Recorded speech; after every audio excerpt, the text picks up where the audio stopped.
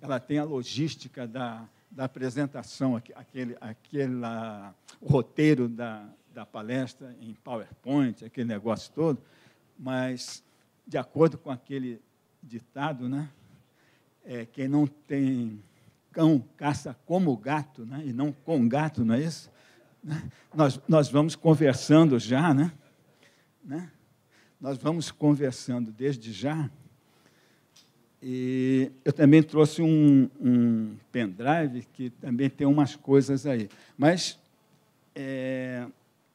então, o tema que vamos ter na nossa conversa vai ser aquele anunciado, né? Ou seja, a interação entre o modelo econômico e o endividamento. Nós vamos procurar mostrar que a dívida pública enorme, que é um grande sorvedouro de recursos, né, que suga os recursos dos tributos que a população paga, né, suga a maior parte dos tributos, é um problema que é um problema derivado, é uma consequência do tal modelo econômico, que é mal apelidado de neoliberal, porque ele nem é neoliberal, ele é intervencionista, só que a favor dos concentradores. Então, ele não é neoliberal. Por isso, eu chamo o modelo de pró-imperial. Pró-imperial. É um modelo que foi implantado no Brasil a partir de 1954, com o golpe de Estado, né, udenista, militar, né, quando foi derrubado o presidente Vargas, aí começou a se implantar este modelo, que foi chamado de modelo brasileiro, modelo de desenvolvimento, mas não era nada disso. Não era nem brasileiro, né, na verdade, nem brasileiro, como foi chamado durante a época militar, nem de desenvolvimento, como foi chamado por um grande enganador, que é ídolo aqui em Brasília, que era o presidente JK. Né? Porque o que aconteceu foi que, em 1954, imediatamente após, né, eu nem deveria estar começando a palestra, porque não está todo mundo aí, né? A própria organização da auditoria, né, que viabilizou isso tudo aqui, ainda não teve esse imprevisto e não foi possível, mas, de qualquer maneira, a gente vai conversando aqui. Né? Vamos conversando desde já. Bom, nós já temos ali, o nosso colega já vai passando o roteiro, né, que é um roteiro imenso. Eu vou tentar cobrir tudo, então vai ter que ser de forma um pouco superficial. E vamos ver se sobra tempo para a gente aprofundar algum dos aspectos, né? Algum dos aspectos, inclusive, conforme inclusive a solicitação dos presentes. Então, isso aí... Pode voltar? Então, o que eu estava procurando caracterizar era isso. Então, o que é que aconteceu? Então, o fundamental da história é o seguinte: por que o modelo econômico presente, que é um modelo também que, além de pró-imperial, um nome adequado para ele é um modelo de dependência financeira e tecnológica, né? Nós sabemos que o Brasil hoje está na rabeira do mundo em matéria de tecnologia. Vamos explicar por quê, né? Um país como a Coreia, que era paupérrimo nos anos 50, tinha uma renda por habitante inferior à do Egito, que já era conhecido como um dos países mais pobres do mundo. Então, hoje ela, inclusive, registra mais patentes do que a Europa quase toda. Né? Pela diferença do modelo de industrialização adotado nesses países asiáticos, como a Coreia, Taiwan e a China, depois, um tanto diferente, mas com uma característica comum. A característica comum entre um regime comunista, que foi o da China, e um regime que estava até dependendo militarmente dos norte-americanos, como o caso da Coreia e o caso de Taiwan, o que é que eles tinham em comum no desenvolvimento e completamente diferente do que foi o modelo brasileiro? O quê? Montar, formar a sua indústria com capitais nacionais, com empresas do país, fossem elas públicas, fossem elas privadas. Enquanto que o Brasil é dominado por um golpe de Estado e pela invasão cultural e ideológica, portanto, alienada dos fatos, entrou num caminho enganador de pretensamente dizer que ia acelerar o desenvolvimento, fazendo o contrário, ao atrair empresas transnacionais, na realidade, cartéis mundiais, que dominam os respectivos mercados em praticamente todo o mundo, como é o caso da automobilística, do cartel da indústria elétrica, né, e N outros. Então, o que aconteceu? Imediatamente após o golpe de 1954, já em janeiro de 1955, e aqui é algo que eu costumo mencionar sempre nos artigos, repetir isso à exaustão, porque é o marco da situação lastimável em que o Brasil está hoje, é o ponto de partida disso, né, quando se decretaram as instruções da SUMOC, que era o Banco Central de então. Está chegando a nossa organizadora e líder Maria Fatorelli aqui. Que é isso, professor? Não precisa interromper. Não, vamos lá.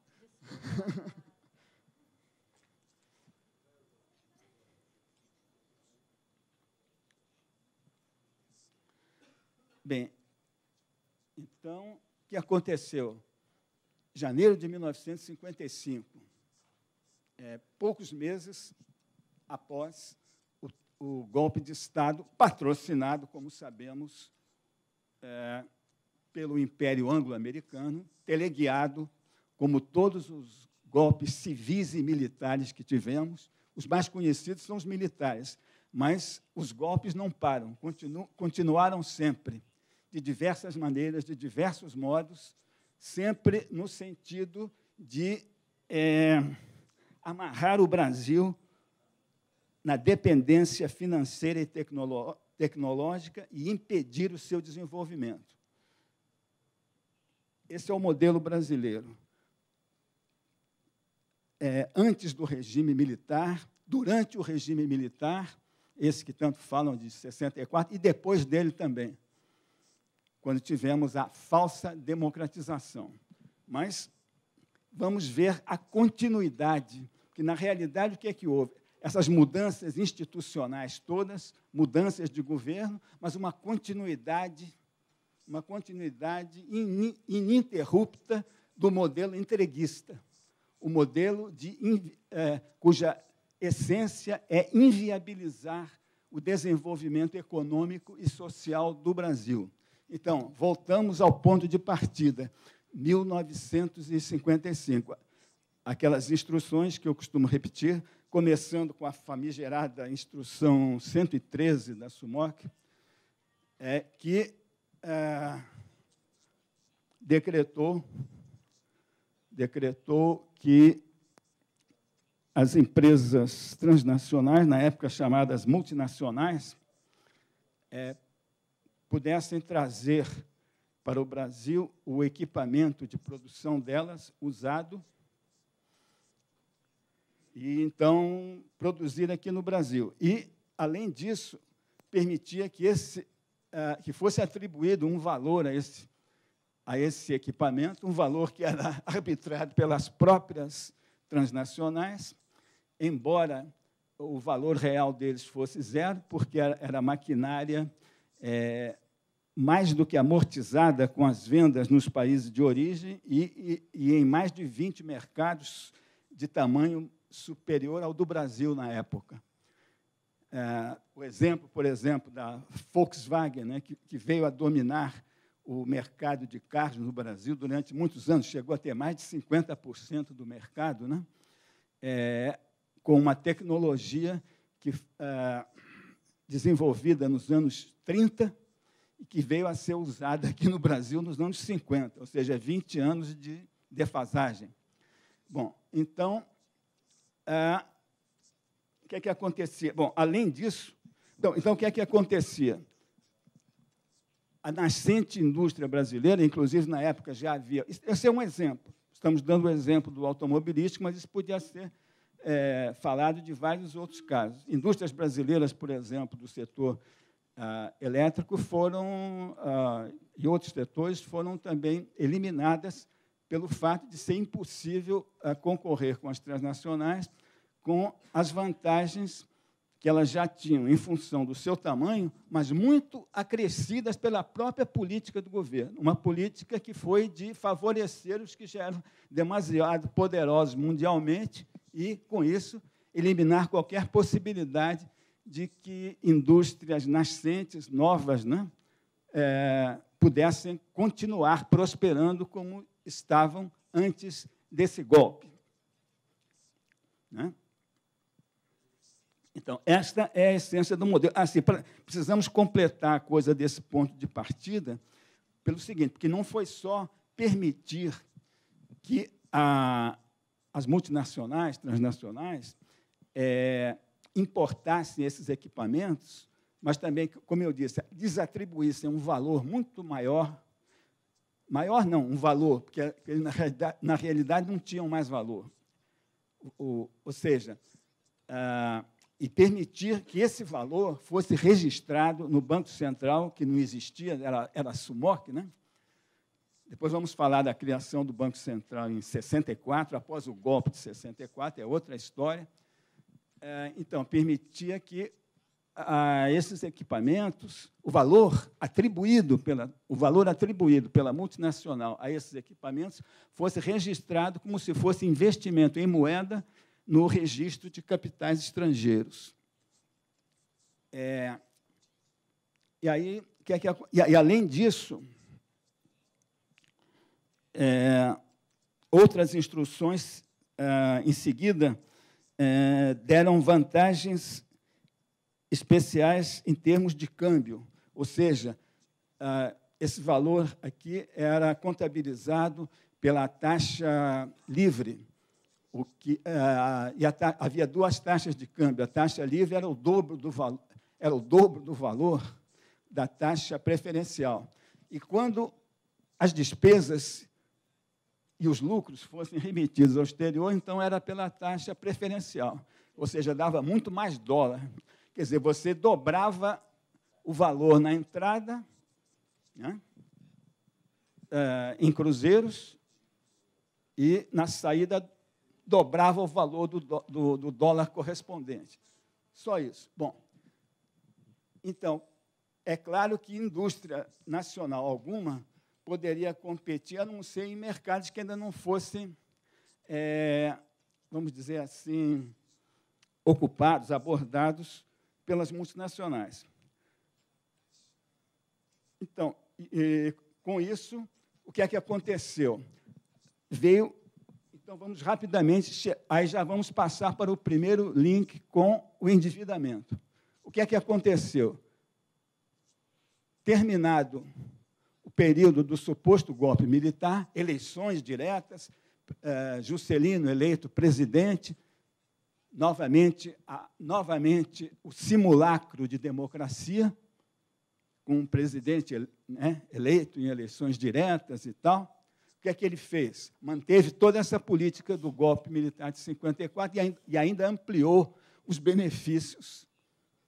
Aplicou essa política e ainda ampliou os benefícios que ela dava. Ou seja, presidiu a implantação da indústria transnacional no Brasil, o começo dela, de forma muito intensa. E aí, então, a enganação faz com que se louve as taxas de crescimento que se registraram no período. Acontece que as taxas de crescimento do PIB, feitas com uma estrutura errada, como foi, determinam que, logo após, venha a ressaca, ou seja, paga-se em décadas de falta de crescimento aquele falso crescimento que foi feito com uma estrutura errada. Isso aconteceu nos anos Kubitschek e aconteceu novamente no período militar, no período em que eles achavam que podiam fazer uma coisa parecida, que foi o período de 68, 69, até mais ou menos o final dos anos 70, quando aí novamente a crise externa já tinha estourado de forma agudíssima. Então, nós vamos mostrar o elo, vamos enfatizar bem o elo que há entre esse modelo dependente, modelo de dependência financeira e tecnológica. Dependência tecnológica, por quê? Porque se você não tem empresas nacionais concorrendo no mercado, não se desenvolve tecnologia no país.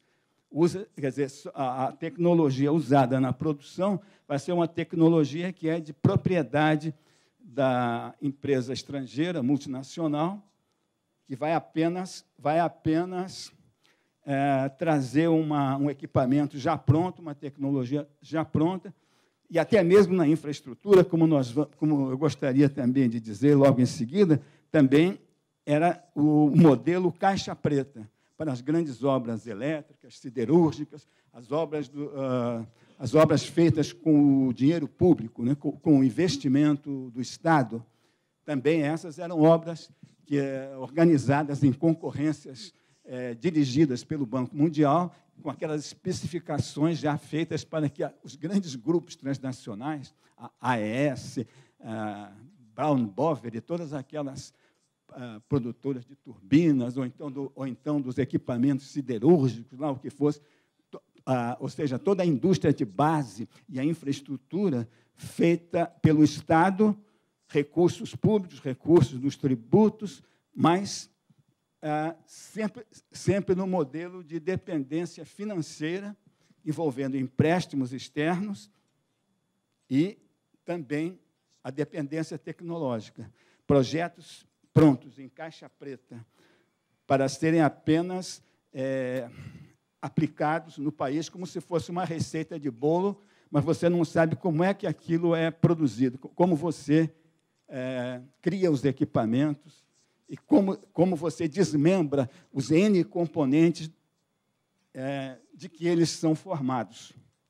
Então, esse foi o modelo. Então, o que é que aconteceu?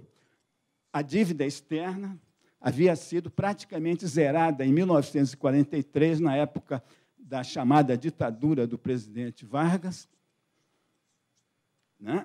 Foi praticamente zerada, ficou muito pouco, e ela voltou a explodir no final exatamente dos 5 anos falsos do milagre juscelinista, né? De 5 anos de progresso em 5, como ele proclamava, que é o marco do atraso do Brasil.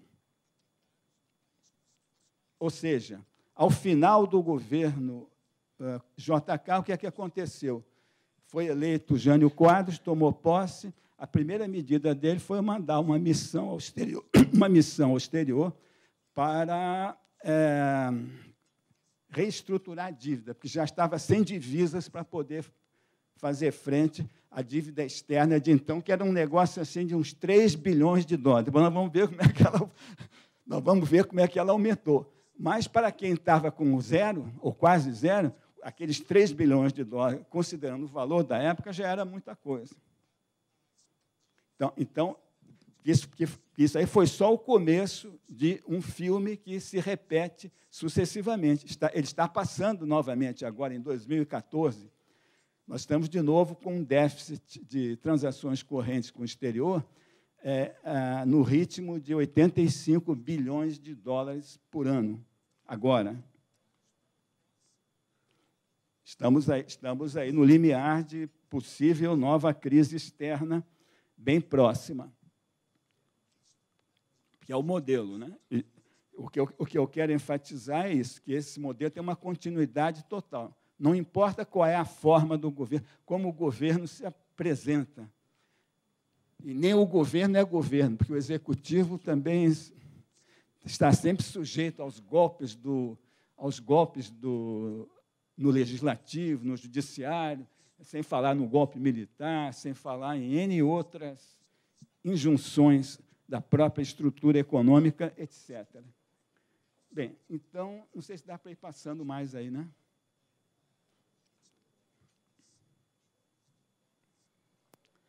Bom, então, o que é que aconteceu? Terminou o quinquênio JK, tivemos a primeira grande crise de dívida externa. Bom, aí o que é que aconteceu? Aí houve aquela instabilidade. O Jânio Quadros, uma figura muito complexa, não dá para comentar aqui, porque o tempo não permite, né?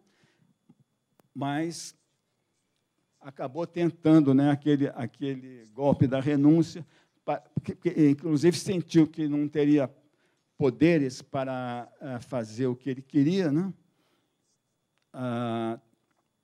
Sentiu que o Congresso também amarra o que fosse, na visão dele, necessário. Aí houve toda aquela instabilidade, né? Aí o golpe dos ministros militares procurando impedir a posse do vice-presidente, um vice-presidente Goulart frouxo, que aí ficou naquela coisa, se não fosse o Leonel Brizola, nem teria tomado posse, né? Puxar a coisa, mas não vem ao caso. O caso é que aí ficou um regime de instabilidade durante o governo Goulart, que acabou assumindo, mas também inicialmente, como sabemos, com o parlamentarismo, né? E acabou dando no golpe de 64. E aí o que é que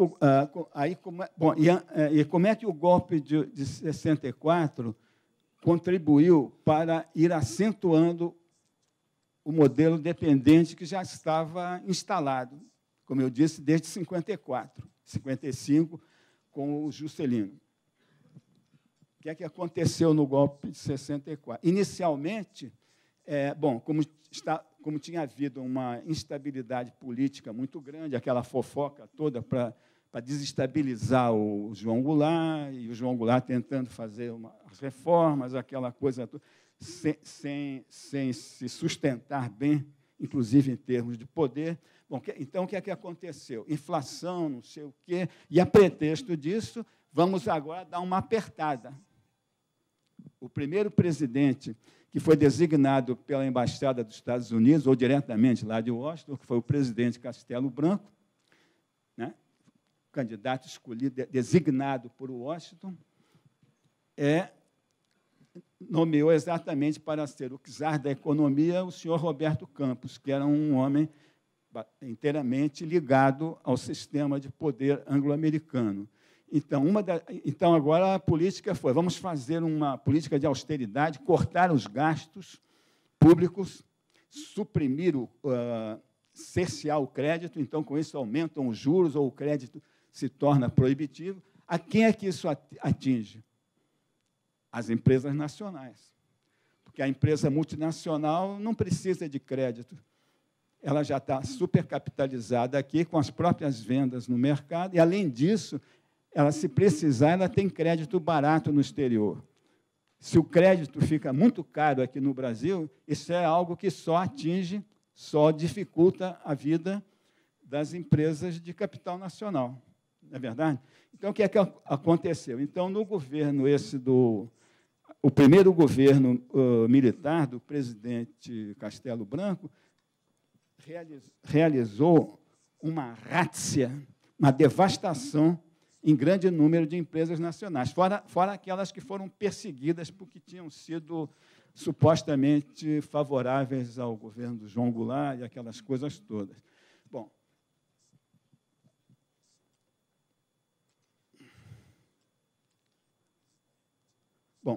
e aí,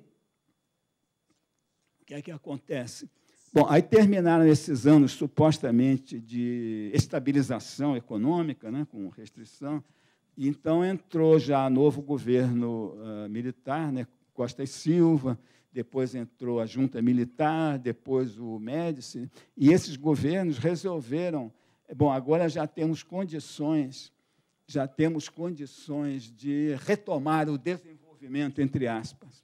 Entendeu? Aí o que significava, na visão deles, retomar o desenvolvimento? Fazer novamente uma coisa parecida com a que o Juscelino tinha feito e que fez dar com os burros na água, e a mesma coisa foi repetida. A mesma coisa foi repetida nesses governos militares, de tal forma que eu não expliquei ainda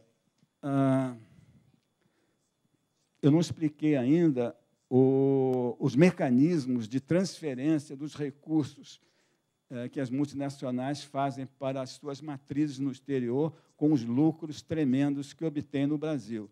Houve um levantamento, por exemplo, em relação à indústria automobilística, feito por um senador, Jarbas Vasconcelos, e vários outros, que mostrava que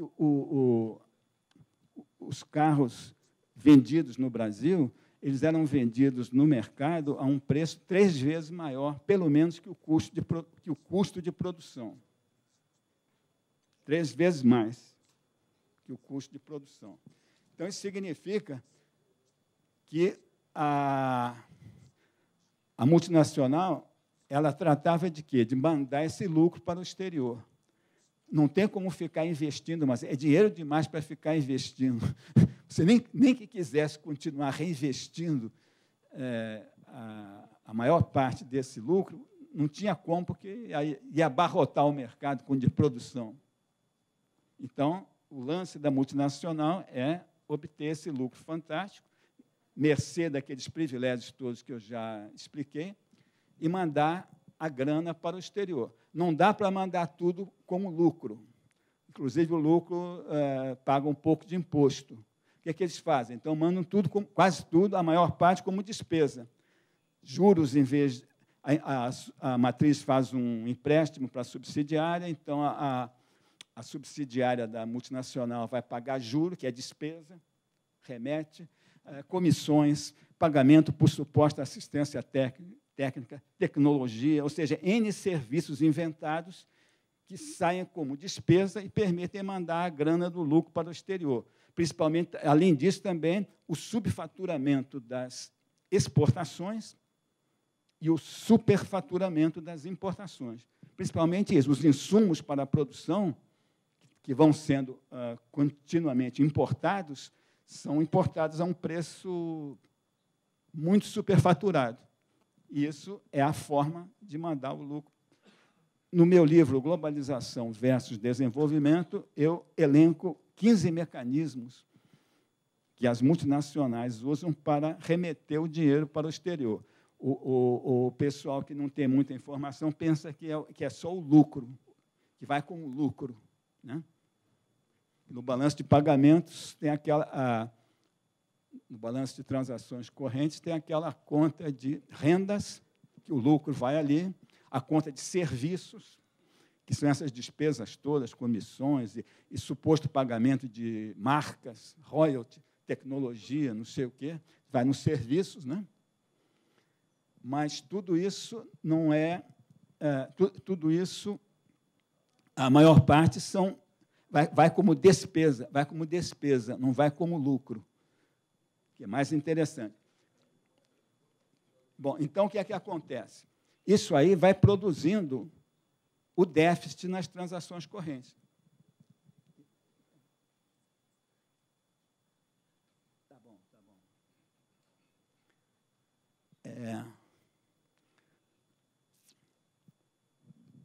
Então, esse é o mecanismo. O principal é isso da história. Como o modelo econômico, por ser um modelo cuja indústria, cuja economia vai sendo crescentemente ocupada por capital estrangeiro, determina essa constante remessa dos ganhos para o exterior e descapitaliza, evidentemente, o país. descapitalista. E, ao mesmo tempo, essas remessas, as transferências dos ganhos para o exterior implicam o endividamento, porque você começa a acumular déficits a cada ano no balanço de transações correntes, esse déficit tem que ser financiado. Então, aí você faz empréstimos, no exterior. Do mesmo modo que o equipamento que era importado para as obras de infraestrutura a cargo do setor público, também era objeto de financiamentos internacionais, comandados, como eu disse, pelo Banco Mundial, e do qual participam os bancos comerciais, os bancos de exportação dos países, bancos oficiais, bancos públicos dos países supostamente credores, né?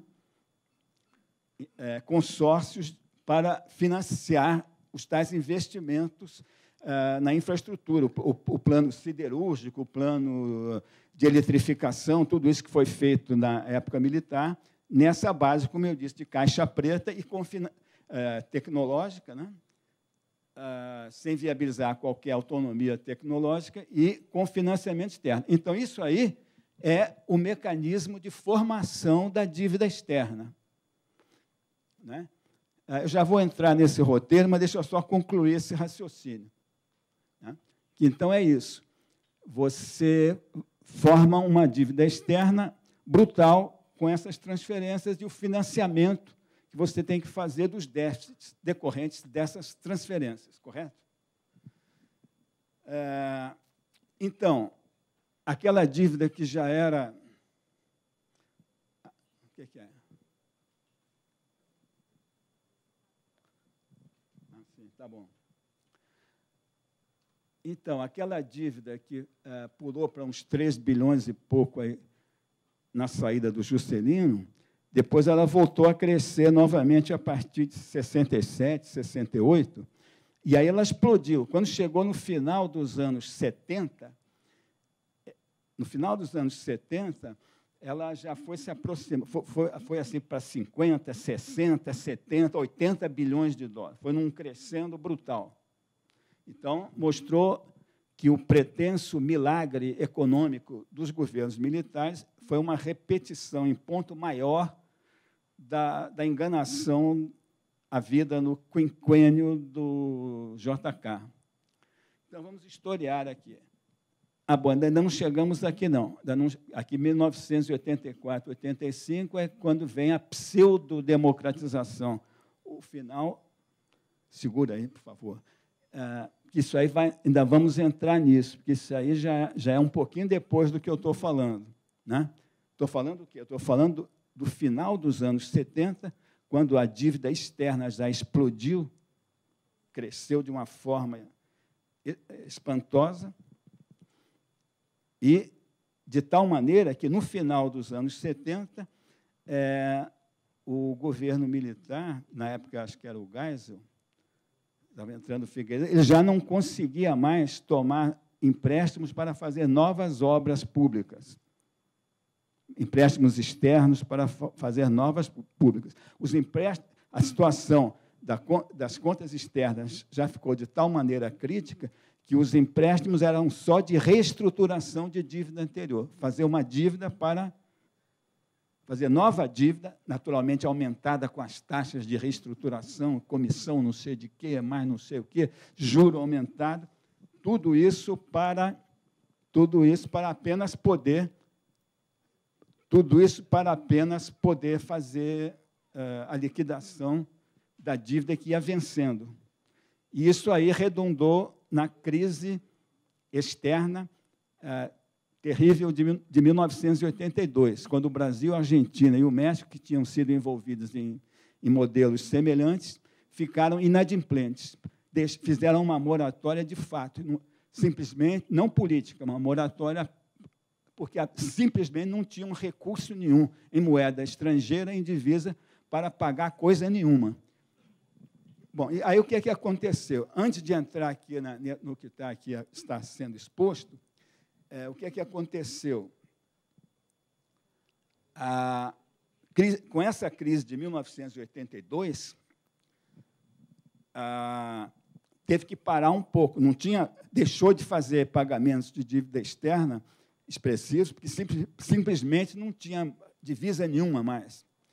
E aí ficou naquelas negociações, entre aspas, porque eram imposições dos banqueiros, porque o Brasil não tinha, como não tem governo soberano, então cedeu às condições dos banqueiros, dos bancos comerciais anglo-americanos e demais, associados, alemães, etc. Nisso, então,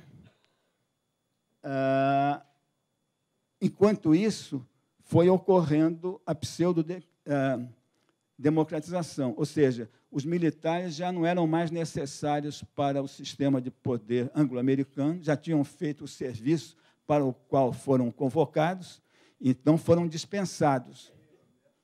Não é?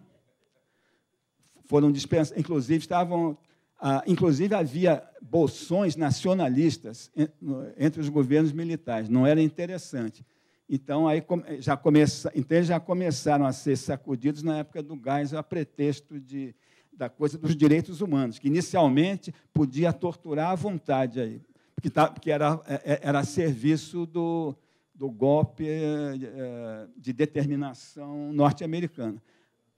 Depois de um certo tempo, quando alguma coisa no governo militar deixou de ser interessante, aí eles passaram a ser um pouco apertados, né, em função atentados aos direitos humanos. Bom, aí, nessa coisa toda, veio a pseudodemocratização, né? Que aí tivemos aquela eleição indireta para a presidência, né, na qual foi eleito o Tancredo, que era mais simpático também aos Estados Unidos do que o Maluf, por isso ele ganhou, mas aí não assumiu. Aí acabou entrando o Sarney, né? Que no primeiro ano tentou fazer alguma coisa pelo Brasil, mas não aguentou a parada. Apertaram, e aí ele, como se diz, ele abriu as pernas, cedeu tudo, e aí foi até o fim, levando desse modo. Então, isso aí é a pseudo-democratização que culmina naquilo que tanto louvam, que é a Constituição de 1988. Né? Está ali, é o símbolo da suposta democracia que nós teríamos, né? E que eu descrevo ali como prosseguimento da pseudo-democratização. E como uma Constituição que foi fraudada. Fraudada, inclusive, num artigo que eu tinha demonstrado, que é o artigo 166, parágrafo 3º, inciso 2, onde inseriram umas alíneas que não tinham sido jamais discutidas nem votadas durante o processo da Constituinte. Isso aí nós vamos mostrar depois, nos slides, lá para o final, eu vou mostrar para você, vai ser mostrado, tem o memorando que fraudou, o memorando de fusão de emendas, em cuja segunda página só estão 2 rubricas, em que foi acrescentado espuriamente um dispositivo para favorecer os pagamentos do serviço da dívida no orçamento federal. Isso foi um dos artigos daqueles que foi confessado que foram introduzidos por meio de fraude na Constituição.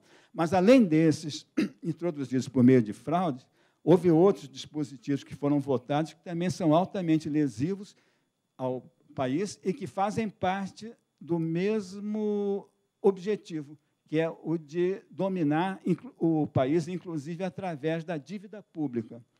Ou seja, além desse dispositivo que permite tudo que é pagamento à vontade, se for relativo ao serviço da dívida, que nem discutem no Congresso, vai tudo, passa tudo, além desse terrível dispositivo que eu mencionei, objeto de fraude, que eu vou mostrar lá, além disso, nessa Constituição, há o artigo, que vocês conhecem muito bem, né? O artigo 164, que é o artigo que coloca o Tesouro Nacional, o país, coloca na mão dos bancos, porque ele diz o seguinte, ele diz que a competência da União para emitir moeda será exercida exclusivamente pelo Banco Central, ou seja, o Tesouro não emite moeda. Então, ele fica obrigado, por isso, a emitir títulos. E, por outro lado, o Banco Central, pelo mesmo artigo, ele só pode arranjar dinheiro só para os bancos, ele não pode arranjar dinheiro para o governo. Significa que o tesouro é colocado à mercê, na mão dos bancos. Aqui está bom? O tesouro é colocado à mercê dos bancos para pagar juros absolutamente absurdos, como a Maria Lúcia Fatorelli, que é especialista, né, nisso, e é a pessoa que há 15 anos ou mais organiza todo esse movimento da auditoria cidadã da dívida, né, abrindo grandes caminhos aí para o país. O que é que acontece ali? Eles, com esse artigo 164, então, o Tesouro é obrigado a emitir títulos.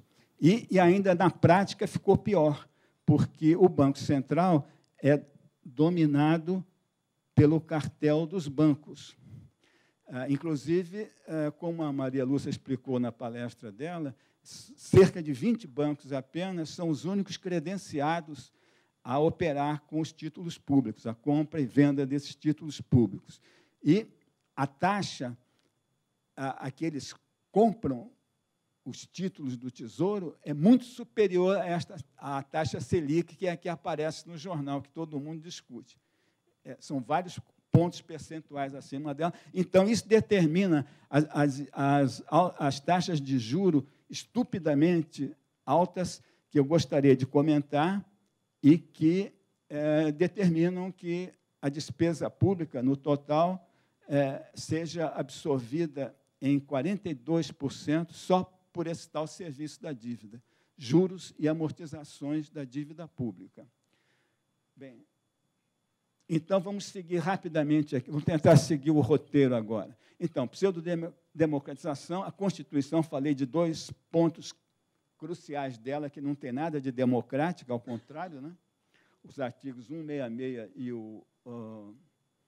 com aquele dispositivo e o 164. Bom, e depois tivemos essa continuidade de golpes sem golpe oficial. A eleição do Collor foi um golpe da mídia e um golpe também com fraude eleitoral mesmo. Fizeram tudo, N fraudes para tirar o Brizola do segundo turno da eleição. Depois veio o impeachment do Collor. Assim, há um ponto capital que eu tenho que mencionar atrás, que foi a criação do Banco Central, que foi outra contribuição do golpe de 64.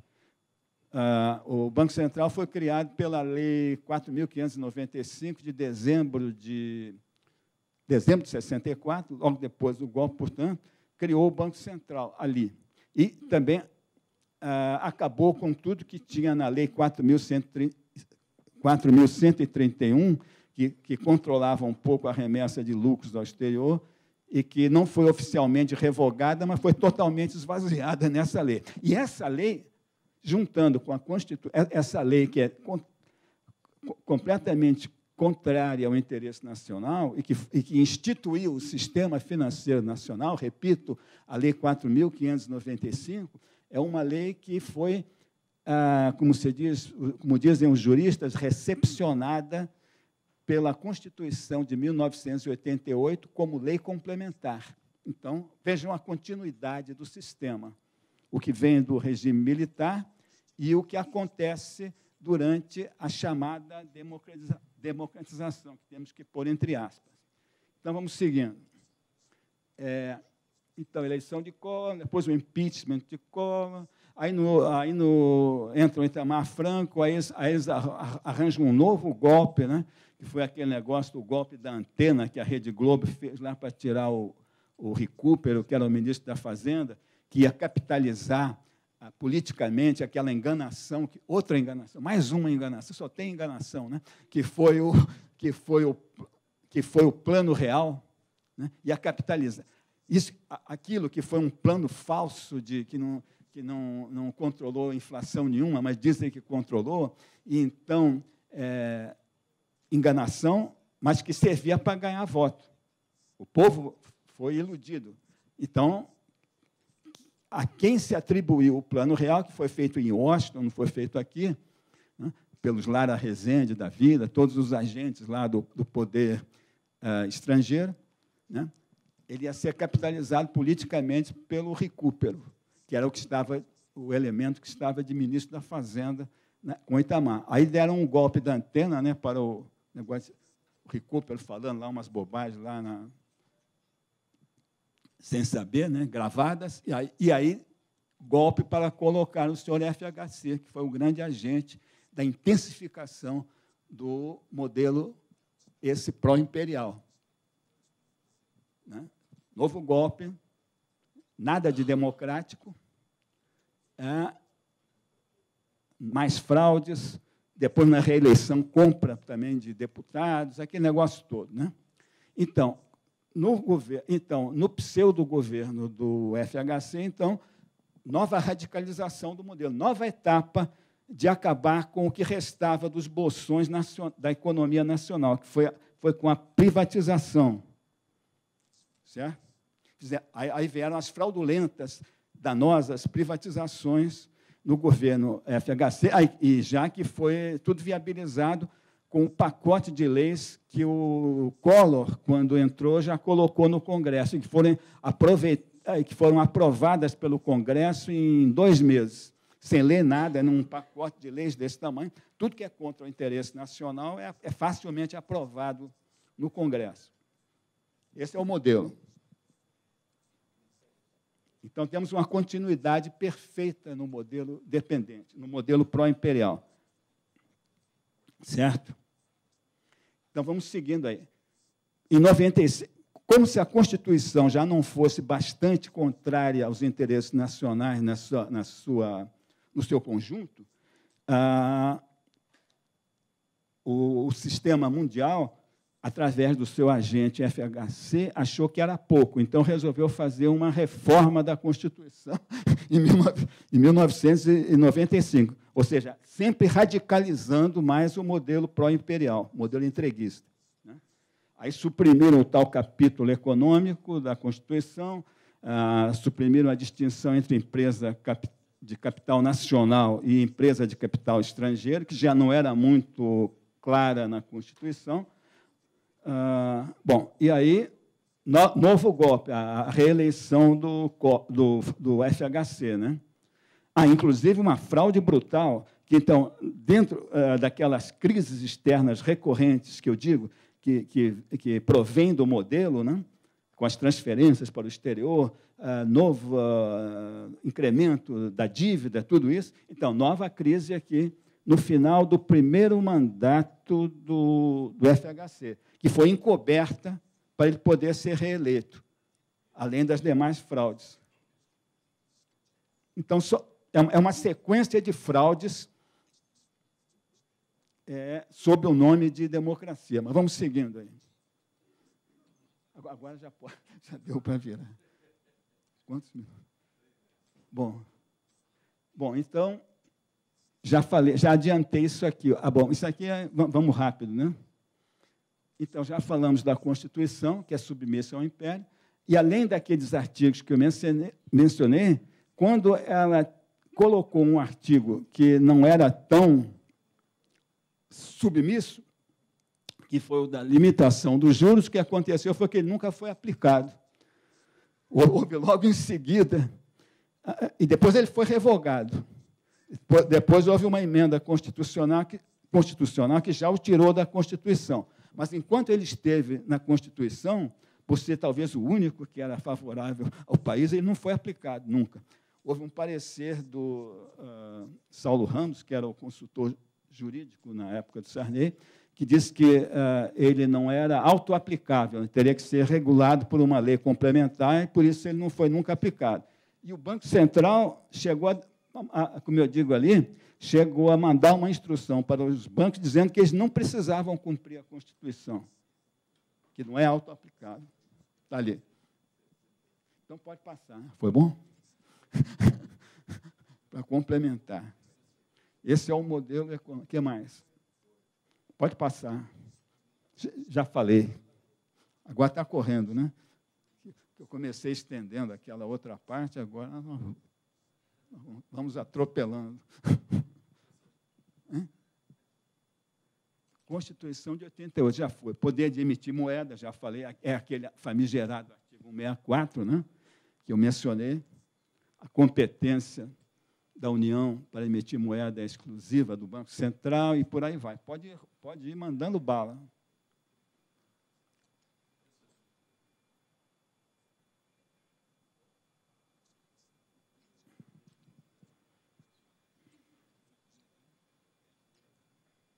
Bom,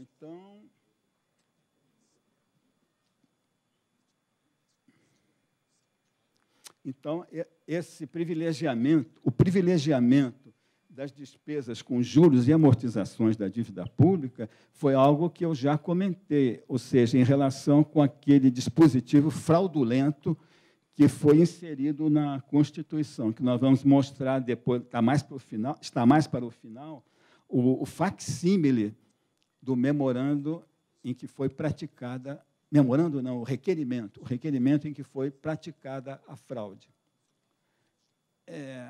Inserido na Constituição por meio de estelionato. Adulterou-se o texto aprovado na votação em primeiro turno, o regimento não permite, o regimento da Constituição não permite você fazer emendas de mérito no segundo turno, mas foi feita por meio de fraude. Bom, então ele diz o seguinte, o artigo 166 diz o seguinte, ele era um artigo que restringia um pouco as despesas públicas, ou seja, ele dizia, pode seguir, esse artigo 166, então, e o parágrafo 3º dele, que foi onde foi feita a fraude, ele diz que você só pode aumentar a despesa, fazer uma emenda, né? Criar uma despesa por emenda ao orçamento, se você tirar de outra coisa. Tem que explicar a fonte, né? A fonte dos recursos e tal. E aí, o que é que essa fraude fez? Essa fraude resolveu excetuar o serviço da dívida pública dessa exigência. Aí, com isso, o sentido dele é, com isso, tudo passa direto. Nenhuma das ovelhas do Congresso se anima sequer a discutir a questão de qualquer despesa do serviço da dívida. E aí, depois, nós vamos entrar no que interessa muito, que é explicar como essas taxas absurdas fizeram crescer a dívida. Porque a dívida, hoje que está aí, a brutal dívida interna, que passa já de 3 trilhões de reais, ela foi formada basicamente pela capitalização de juros.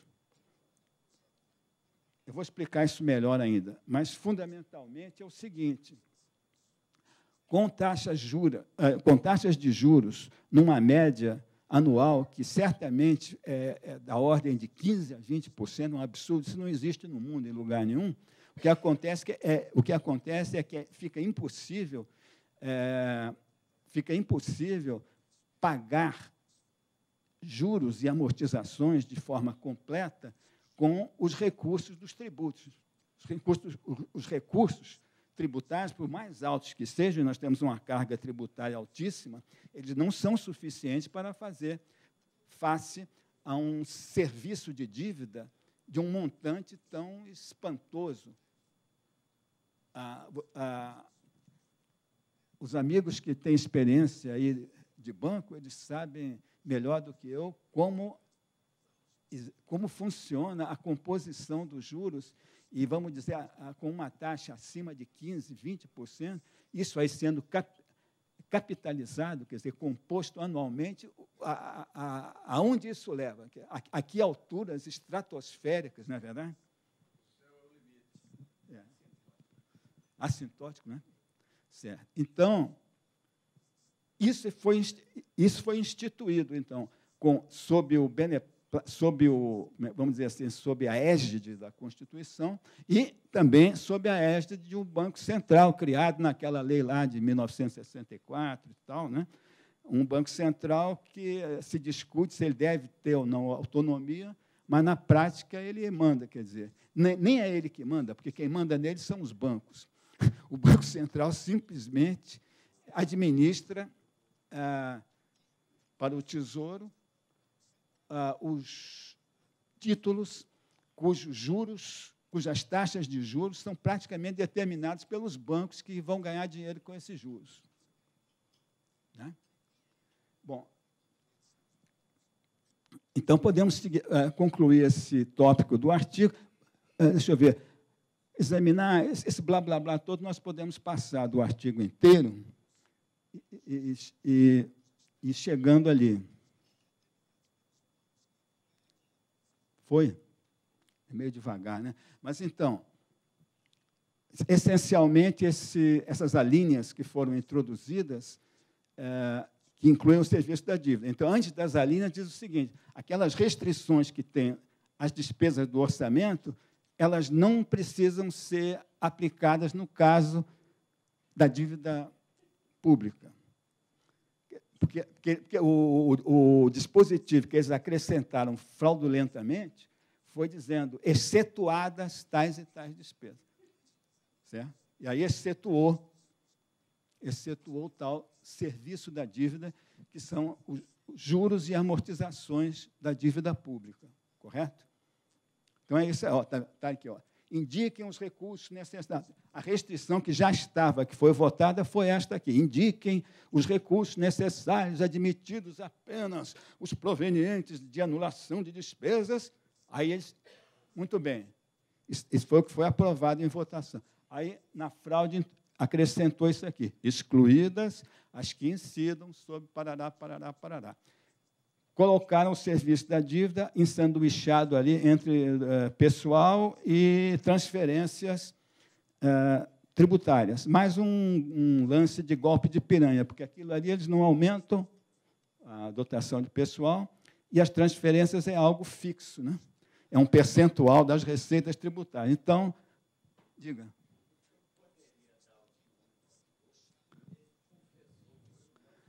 Nelson Jobim confessou. Nós vamos ver a rubrica dele ali na página 2 do requerimento de fusão de emendas, com o qual... Está sacando? Nós vamos ver a segunda página do requerimento de fusão de emendas, que foi onde isso aqui foi inventado, que não existia, como eu falei, né? Esse acréscimo aqui, excluídas as que incidam sobre... Ficou claro, né? Bom, então é isso aí. Pode passar, pode ir seguindo, né? Pode ir seguindo.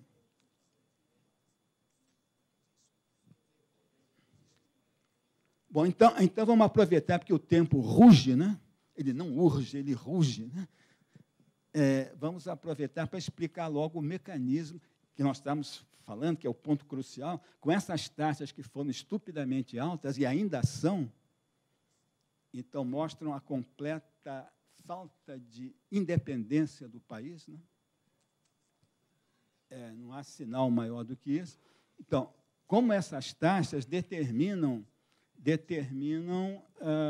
uma explosividade da dívida. Eu até vou mostrar. Eu tenho aqui, cadê aquele? Eu tenho um pendrive aí também, não tem? Não tinha um pendrive que eu tinha passado aqui ao colega? Bom.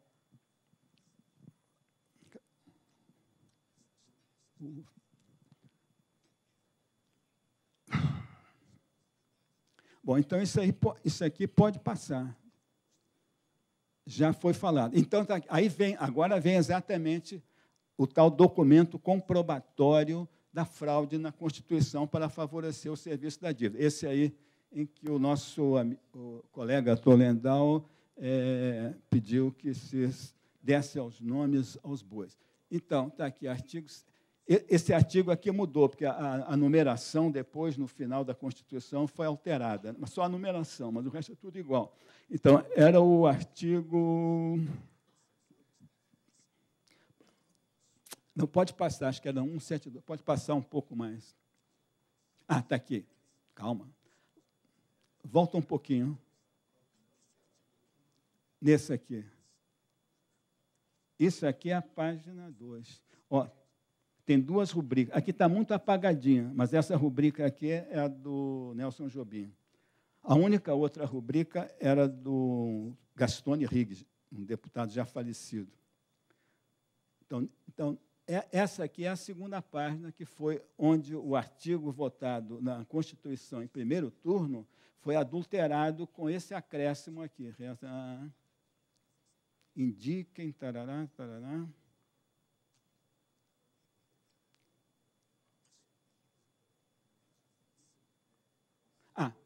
Indique, era isso aqui, ó, é o inciso 2.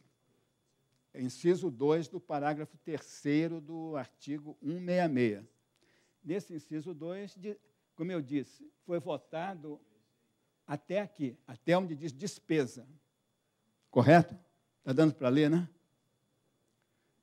Indiquem os recursos necessários, admitidos apenas os provenientes de anulação de despesas. Aí acrescentou-se fraudulentamente isso aqui. Excluídas as que incidam sobre serviço da dívida. Está aqui a rubrica, está o memorando. Isso aqui está nos arquivos da Constituinte, que são guardados no subsolo da Biblioteca da Câmara Federal. Está lá. Então, isso aí ficou... Então, podemos passar, por favor. Depois, o resto é só a continuação ali do memorando.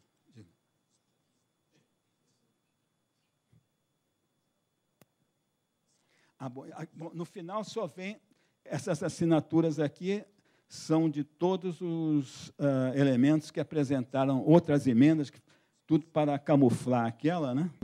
Na questão das taxas mesmo, como é que elas significam uma sugação de recursos inimaginável. Pode passar, pode mandar. Pode ir direto aí. Bom, agora vamos ver. Volta um pouquinho. Espantosa dívida pública. Bom, então, como a Maria Lúcia Fatorelli explicou, há uma diferença grande entre a taxa efetiva e a taxa Selic. Porque a taxa Selic já é muito alta. Toda vez que ela é aumentada, a gente, às vezes, dá entrevista, né, pergunta, a gente comenta o montante absurdamente alto em que ela é posta. Acontece que os títulos públicos são colocados a taxa ainda maior do que ela, porque, como a Fatorelli explicou aqui na última palestra, essa taxa, em última análise, ela é determinada pelos poucos dealers, os bancos credenciados para operar com a dívida pública.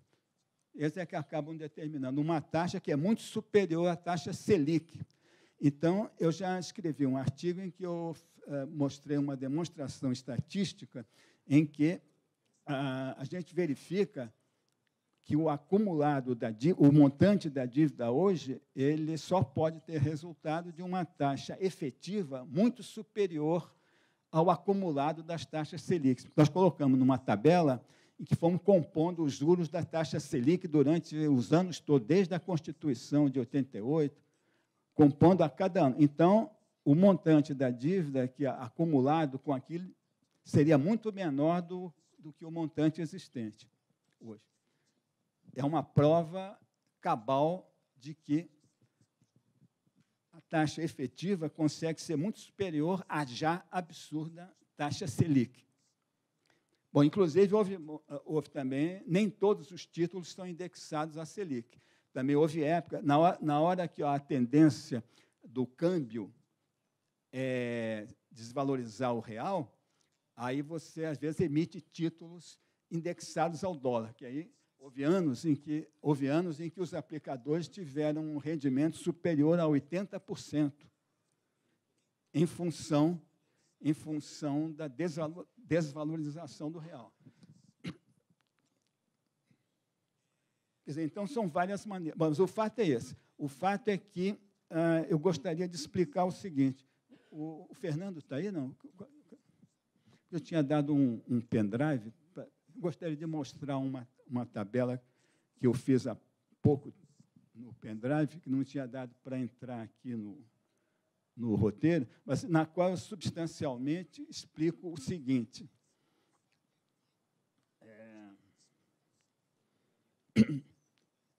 É uma tabela em que eu computei, a partir do ano do famigerado Plano Real, 1994, eu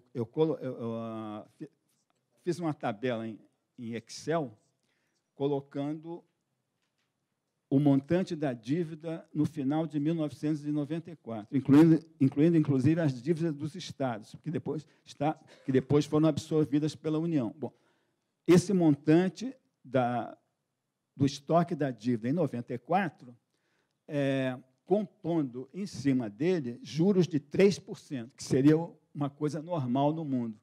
E também isso é um outro tópico importante, que é explicar que, ao contrário do que o sistema apregoa, a taxa alta de juros não é um fator de contenção da inflação. Então, inclusive, o grande fator da inflação é a economia concentrada, sem concorrência. São os cartéis que determinam os preços. Então, os preços sobem mais por isso. Não tem nada a ver com a taxa de juros que é apregoada no tal tripé. Houve uma época que nós falamos, que no roteiro se falava do tripé, que eles dizem atualmente, né? Que é juros, câmbio, não sei mais o quê, né? Mas não tem nada a ver você elevar a taxa de juros e isso significar uma redução da inflação. Bom, é mais uma enganação. Bom, então, o que é que acontece? Eu digo o seguinte, você podia ter uma taxa tranquilamente de 3% ao ano, em vez de ter umas taxas efetivas que foram da ordem de 15% a 20%, na média. Estou falando da média desse tempo todo, desde a Constituição, desde 1994, certo? Então, com as taxas efetivas que foram aplicadas, nós chegamos, mesmo com o superávit...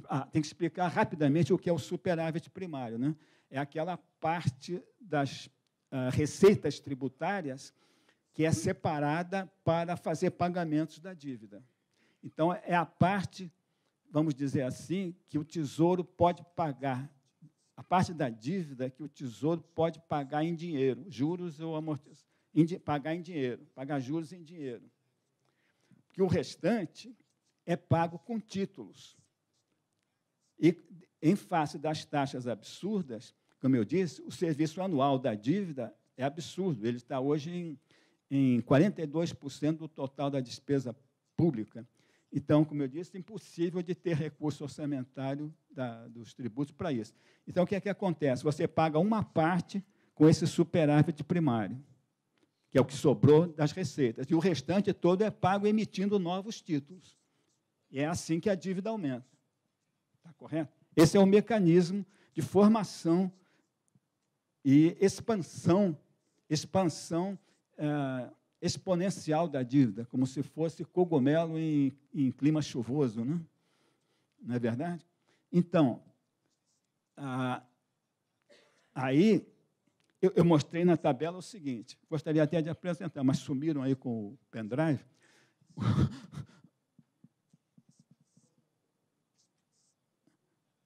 Então, o que é que acontece? Apliquei aquela taxa de 3% e computando o que foi separado de superávit primário, ou seja, o dinheiro do Tesouro, dos tributos, para pagar juros da dívida. Então, eu fiz o seguinte, começou em 94. Em 94, houve um superávit grande, superávit primário. Os 3 anos seguintes, não houve nenhum. O FHC meteu o dinheiro lá em não sei o quê, não houve superávit de 95 a 96. Em 98, voltou a haver superávit. A vaca já estava indo para o brejo, aí o FMI já começou a apertar, né? Não é verdade? E voltamos a ter superávites expressivos. Desde então, sempre teve. Aí, nessa simulação da tabela, o que é que aconteceu? Coloquei o montante de 94. Tem que ficar aqui, né? Coloquei o montante de 94 e colocando em cima dele juros de 3%. E abatendo da dívida o valor do superávit primário. Você pagaria, né? Você pagaria anualmente com aquele dinheiro do superávit primário e, com isso, você iria abatendo o valor da dívida. Qual foi o resultado? Chegou em 2001, você já tinha acabado com a dívida, se ela fosse a uma taxa decente. 2001, ainda teriam sobrado, presta atenção, ainda teriam sobrado 22 bilhões de reais, com o superávit que aconteceu, desde que você aplicasse uma taxa de juros dessa que eu coloquei. E o que mais que aconteceu? Você continuou pagando, você pagou gastando o dinheiro do superávit primário da dívida. Esse dinheiro, de 2002 até 2013, que é o último ano que nós temos completo, em 2001, repito, você já tinha acabado com a dívida interna, já teria acabado. Aí eu somo o superávit que foi separado, terminou, e somo de 2002 a 2013. Deu mais de R$ 1 trilhão. 1 trilhão, 0,082. Não precisa da tabela, que eu lembro dos números. Né? Por outro lado, a dívida que deveria ter sido, então, zerada em 2001, chegou a 3 trilhões.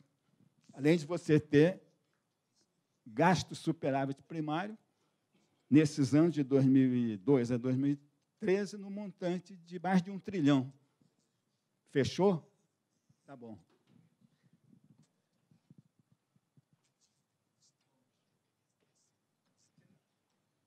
Se desse tempo, a gente podia ainda mostrar esse negócio do pendrive.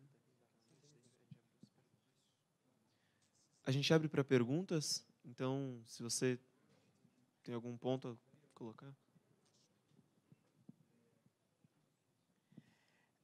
Professor, Joel Câmara, advogado, o senhor falou da Lei 4.595, de 31 de dezembro de 64. Essa lei foi inspirada no Manifesto do Partido Comunista, que foi idealizada a criação de um banco como fundamental para o socialismo, a criação de um banco central independente de qualquer poder político. Era uma ditadura socialista. Acontece que depois, a partir de 74, começou a degenerescência, dentro do Brasil, a se pensar em liberalismo capitalista, e hoje está essa situação. Eu peço desculpa ao senhor, aos presentes, porque uma das características da incivilidade do brasileiro é a impontualidade. Infelizmente, eu cheguei atrasado. Agora, uma ideia sem ação é mesmo que fé sem obra. Nós estamos cientes dessa realidade, agora queremos saber qual é a ação que a gente deve tomar para modificá-la. Bem, eu não entendi absolutamente nada da parte inicial do que o senhor falou, porque essa criação... Está saindo, não? Porque essa criação do Banco Central, a meu ver, não tem coisa nenhuma a ver com o socialismo. Não, tudo bem, mas... Tudo bem, mas então eram... Bom, deviam ser uns uma besteira completa, a meu ver, né? Fosse de comunista, fosse de quem fosse, ou de comunistas financiados pelo capitalismo mundial, ou lá o que fosse, eu não sei isso aí, eu não sei, nem quero entrar nesse assunto.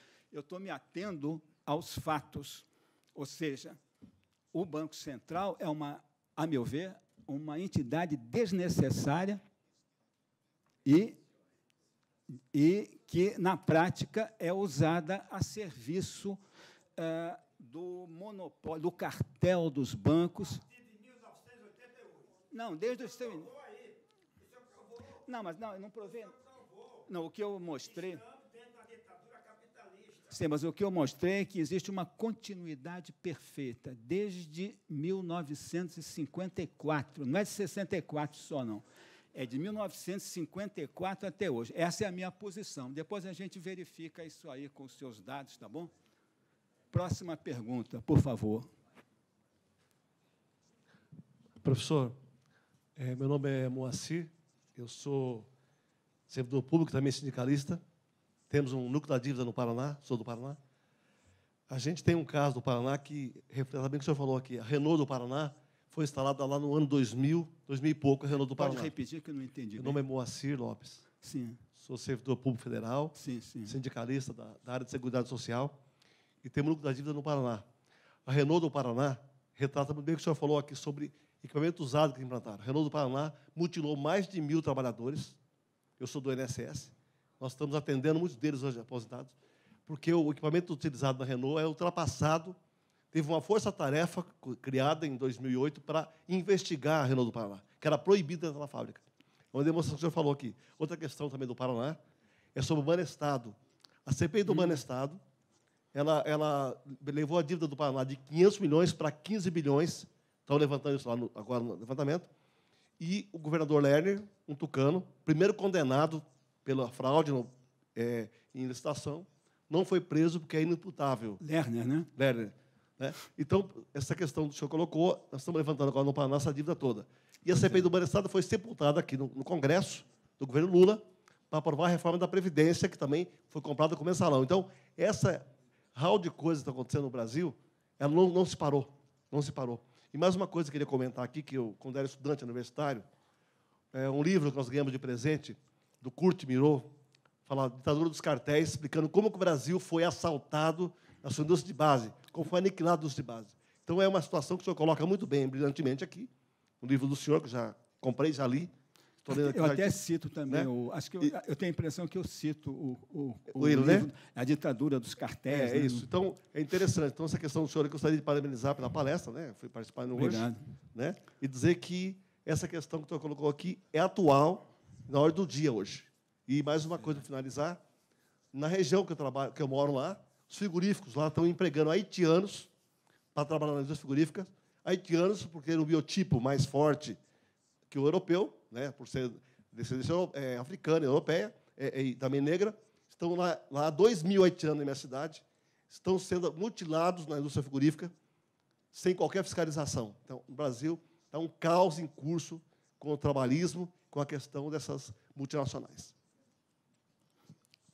Pois é. Então, a sua contribuição ilustra, com mais detalhes, né, o que eu tenho tentado expor sobre essa essência do modelo, né? Um modelo que, eu repito, não é neoliberal, como se costuma dizer, é um modelo pró-imperial, é um modelo para a subjugação do Brasil total ao império, né? Inclusive, eu não mencionei uma frase do senhor Henry Kissinger, né, que é um dos principais porta-vozes, né, da oligarquia mundial, em que ele tinha dito, na época em que ele disse esta frase, o Japão tinha despontado como a segunda maior potência industrial, né? Então, a frase dele na época, não sei, acho que foi pelos anos 70, por aí, era de que, referindo-se ao que eles fizeram no Brasil com os golpes e tal, nós não podíamos tolerar o surgimento de um novo Japão no hemisfério sul. Quer dizer, o Brasil, com seu potencial, o Brasil, com o potencial que tem de recursos naturais, humanos, etc., se ele fosse deixado a ele mesmo, se ele nunca tivesse recebido ajuda, entre aspas, do capital estrangeiro, ele teria se tornado uma potência altamente desenvolvida. Então, todo esse sistema institucional, político, econômico, tudo isso que é implantado, esse modelo no Brasil, ele como eu disse, um modelo para subdesenvolver. E aquelas características que começaram já com o falso ídolo, né, JK, que é reverenciado por tantas pessoas, né, e que foi, vamos dizer, um dos primeiros impulsionadores do modelo dependente. Isso aí essa política de favorecimento às empresas, aos cartéis industriais transnacionais, é uma política que vem sendo acentuada, intensificada continuamente, a ponto de que, no Paraná, também houve no Rio Grande do Sul, em Pernambuco, em Minas. A Fiat, por exemplo, em Minas, é uma das maiores produtoras de carros no Brasil hoje e nunca meteu um tostão aqui, foi tudo com dinheiro do governo de Minas e outras fontes locais, né? E assim por diante. E o que acontece é que o governo federal diz pretender elevar o emprego dando mais subsídios, mais isenções fiscais a esses cartéis transnacionais das montadoras de carros e outras coisas. E esses subsídios federais são acrescidos dos subsídios dos estados, competindo entre si, né, para oferecer vantagens vergonhosas para os cartéis das transnacionais, né? E os próprios o município doa terreno, o Estado dá N outros subsídios e o governo federal. Então, este é o modelo, e também foi, a meu ver, bem citada a questão do Banestar, um dos escândalos mais brutais, e todos esses escândalos são acobertados desde que tenham sido praticados sob os governos mais alinhados com o Império, né, que são os tucanos, né? Né? Ou seja, então, o grau de ilusão em que se afoga, né? Eu tenho chamado nos artigos ultimamente, nos artigos, atenção para o que eu chamo o tsunami de ignorância. O Império investe há 100 anos para produzir esse tsunami de ignorância, ou seja, fazer submergir o povo nesse mar de ignorância, né? Então, com isso, chega-se a ponto de querer, vamos dizer, querer fustigar a corrupção aí dos petistas, que é grande, sem dúvida, recorrendo a gente ainda mais corrupta, né? Quer dizer, então, se é possível, né? Então, isso aí é exemplificativo desse tsunami da ignorância. Outra. Alô, eu sou Cerezo, sou sindicalista e queria parabenizar o doutor Adriano pela excelente exposição e esclarecimento.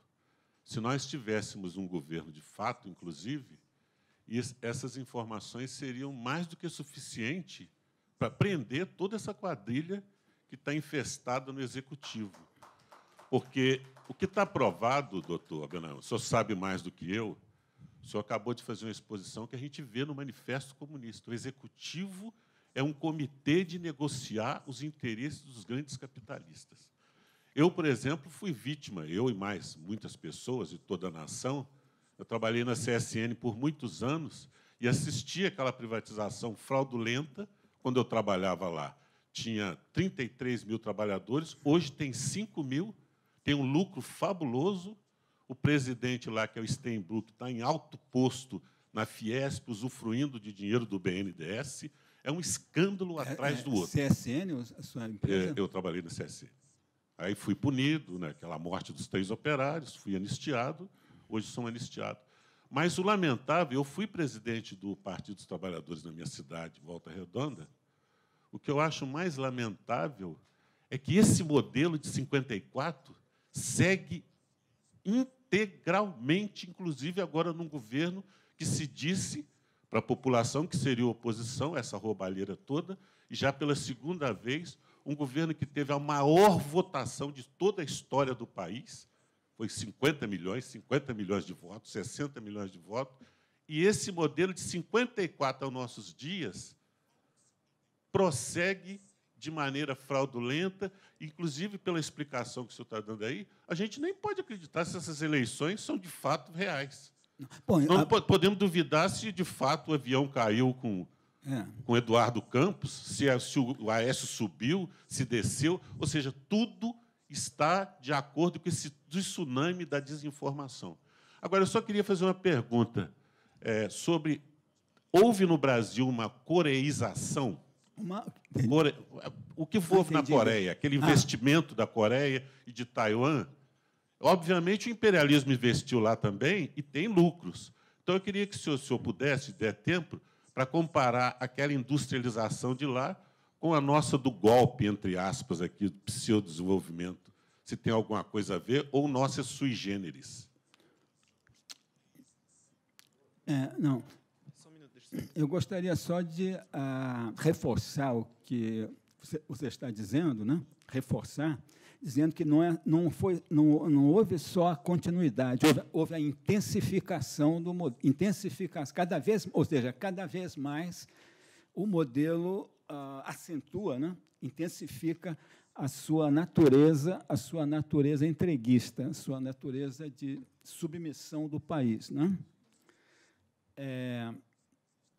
Qual foi o outro ponto mesmo? Sim, o caso da Coreia. Aquilo ali é, a meu ver, completamente diferente, porque, em primeiro lugar, aquele pessoal lá tem mais consciência nacional. E, além disso, estavam em regimes militares, regimes fortes, onde, mal ou bem, eles têm uma visão do interesse nacional. Pode ser reacionário, tal, política conservador, não sei o quê, mas tem uma noção de país, que é o que também falta no Brasil, né? Porque a minha posição não é bem esquerda, é uma posição do país, né? Bom, então, o que é que aconteceu? O Império Norte-Americano deixou eles fazerem, porque no Brasil não, no Brasil e vários outros países, eles intervieram por meio desses golpes militares e outros golpes. Porque outra coisa que é importante é que vocês estão falando aí do executivo, mas não é só o executivo, o próprio executivo está amarrado, porque o Congresso é pior do que ele. E o judiciário não dá para pôr a mão no fogo. Nem o Ministério Público, nem o TCU, nem qualquer instituição que você quiser, aí não dá para pôr a mão no fogo. Todas estão infiltradas. E esse caso também, se der tempo, a gente poderia falar nesse caso aí agora que está havendo aí, que está desencadeando o golpe em marcha aí, que é esse caso de você prender de você tornar impossível a vida das empreiteiras. Por que as empreiteiras? Elas são concentradoras, elas formam um cartel, elas usam de propinas para fazer os seus negócios? Sim, provavelmente, mas isso é uma coisa que todo o grande capitalismo faz. Agora, por que é que você vai exatamente em cima do último bastião do capital nacional? Porque já desnacionalizaram tudo. Não é verdade? Faltavam as empreiteiras. E as empreiteiras, além disso, elas, naquela volúpia de crescer da empresa, elas estavam fazendo alguma coisa que seria pró-Brasil. Ou seja, pouquíssimas empresas de capital nacional que estavam investindo em tecnologia, inclusive em tecnologia de uso militar também, aplicada em aviões e etc. Eu suponho que elas estão sendo objeto de intervenção e quase que destruição e prisão de diretores, não porque elas sejam corruptas, embora sejam, mas não é por isso que elas estão sendo... Porque isso faz parte. Porque as transnacionais que estão aqui fazem uma corrupção 10 vezes maior. Elas praticam preço, como eu falei aqui, como eu falei na indústria automobilística, né? Desde os anos 50, quando o Juscelino deu N privilégios a elas,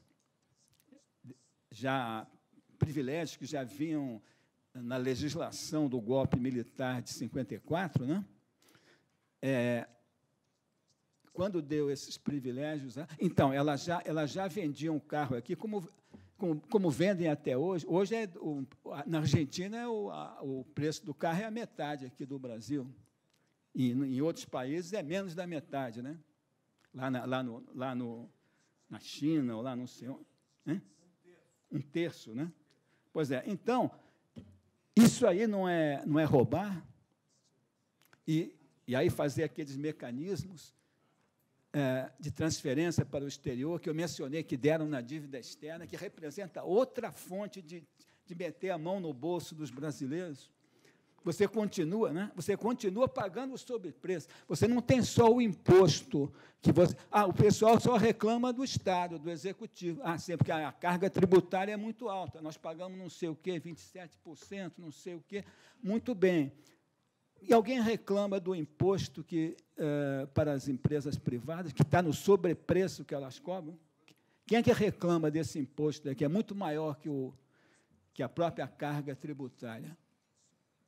É ou não é? Então, a corrupção do próprio sistema mundial é muito maior. Então, você está indo... ou seja, o que o sistema usa, e também dentro do pacote do tsunami da ignorância, é usar o moralismo. Porque as pessoas da classe média e da classe média para baixo nunca mexeram com R$1 milhão, né? Não é verdade? Então, elas não têm a menor noção do que seja R$1 trilhão, ou 3 trilhões de reais, que é o montante da dívida pública. Né? Porque, né, como é que elas vão imaginar que 1 trilhão é o resultado de você ter pegado 1 milhão, multiplicado por 1.000, deu 1 bilhão, aí você multiplica de novo por 1.000, deu 1 trilhão. Não tem noção. Então, elas ficam preocupadas com essa moralidadezinha aí. Aí ficam elegendo esses enganadores, aí, tipo Regufe, que dizem que não paga, que não paga assessor. Hein? Fica elegendo, porque não paga assessor, não sei o quê, ou paga do bolso dele, eu sou honesto. E essa velha enganação do falso moralismo, que elege tanta gente. O Romário, lá no Rio, agora senador com maioria absoluta de votos também, e N outros, né? Bom, então, e pensando que outros vão ser menos corruptos que esses aí. Além de que o presidente, nesse sistema que tentar... Você está criticando o executivo, mas o presidente que, nesse sistema, tentar fazer alguma coisa em prol do país, ele vai ser rapidamente desestabilizado. Vai cair fora. Você tem que ver o sistema, não só o executivo. E não só um partido, todos eles estão envolvidos. Né? Então, a realidade tem que encarar a realidade.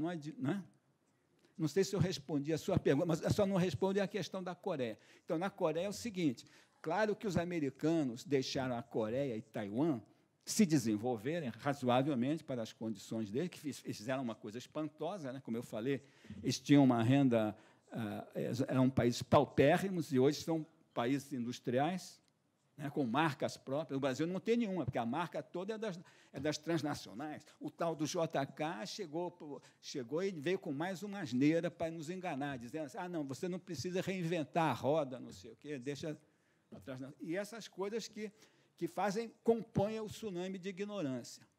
Né? Então, na Coreia, o que é que eles fizeram? Empresa nacional. Protegeram a empresa de capital privado e fizeram muito investimento público também, e banco público. Então, não é bem o capitalismo neoliberal, tradicional, não sei o quê. Só puderam fazer isso porque o poder imperial norte-americano, etc., associado ao britânico, né, que eles são só, o Império Britânico continua até hoje. Tem 350 anos aí na praça, no mundo, né? Bom, deixaram a Coreia, Taiwan, Japão também, é o mesmo modelo. Japão, Coreia, Taiwan, em parte a própria Alemanha Ocidental. O que é que esses países têm em comum?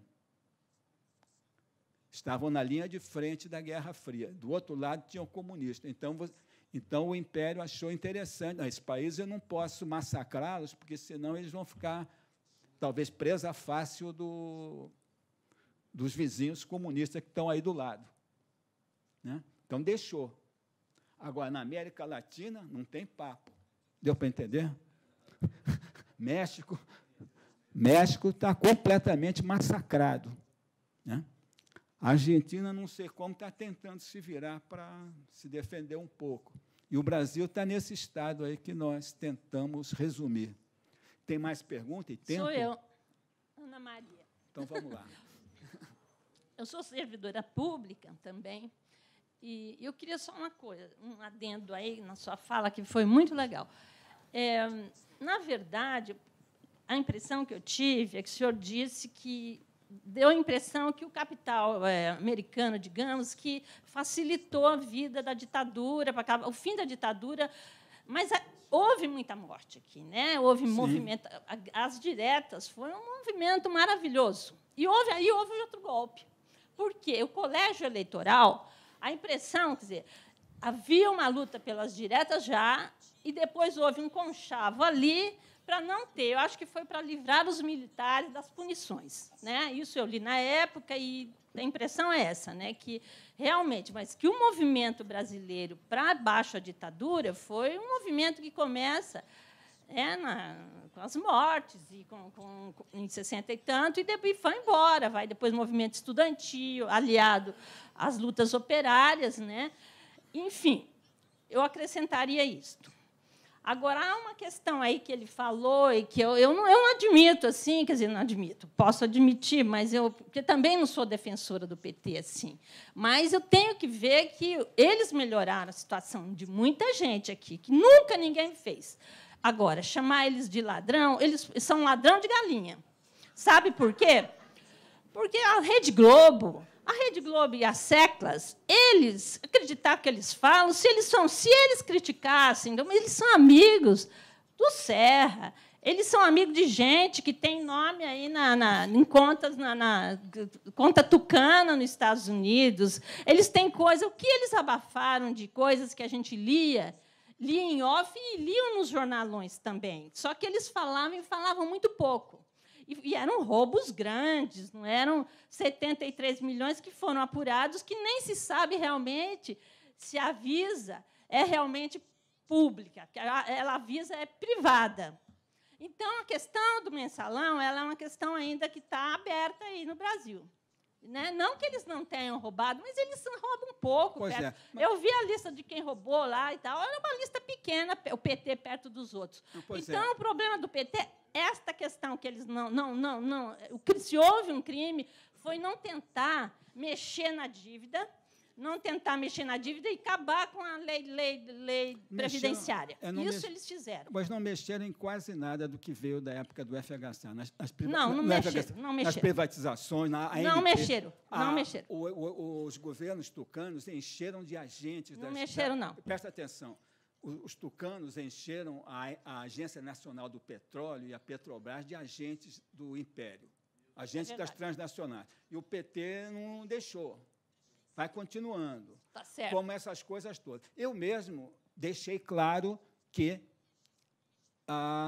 o tsunami da ignorância envolve você iludir o povo, fazendo acreditar que corruptos ainda maiores dos que o que estão aí vão resolver o problema da tal da corrupção, e enfatizei também como se explora esse falso moralismo aí, né?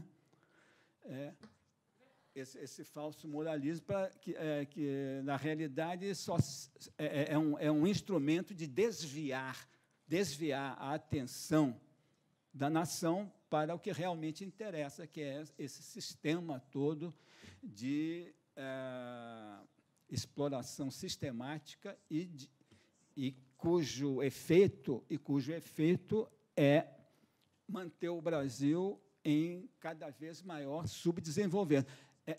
Pode haver até um crescimento, mas é um crescimento que ele é puxado hoje por quê? É a exploração dos recursos naturais do Brasil, é arrancando as montanhas de minérios, abrindo buracos em todo o país, dilapidando os recursos, a água, a agricultura, toda condicionada pelo agronegócio, a agricultura que não é para alimentar os brasileiros, é para a exportação, né, de soja, para alimentar porcos, galinhas e etc., no exterior, né?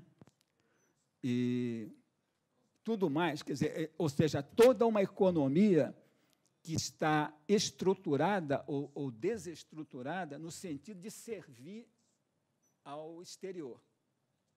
Nada feito em função das necessidades e objetivos naturais da própria população, sem tecnologia própria. Onde tem, então, eles perseguem, como desde a época militar, ou antes também, perseguiram empresas, né, que... Claro que, na época militar, ainda vamos reconhecer, ainda fizeram alguma coisa na própria área militar que envolvia tecnologia nacional. Criaram algumas estatais nas telecomunicações, o caso da Embraer, o caso do CTA, né, várias coisas. Quer dizer, então, não é tudo branco e preto, porque no militar havia setores nacionalistas, na época do regime militar. Não eram os torturadores, eram pessoas. Então, não vamos misturar tudo. Agora, por outro lado, nenhum dos governos militares, desde o primeiro, que era nitidamente pró-Estados Unidos, como nos demais, e nenhum deles reverteu essa situação da dependência financeira. Ou seja, tudo que é questão financeira, em negociação com o exterior, deixa na mão de czares da economia, ministros da Fazenda, cuja função é agradar os bancos estrangeiros. Isso aí nunca parou. Nunca parou praticamente em governo nenhum, desde 1955 até hoje. Até hoje eu não conheço alguma direção da economia, nas suas relações comerciais com o exterior, financeiras, que fosse realmente voltada para o interesse nacional. Em nenhum governo, militar, civil, etc. Temos tempo para mais uma pergunta, então?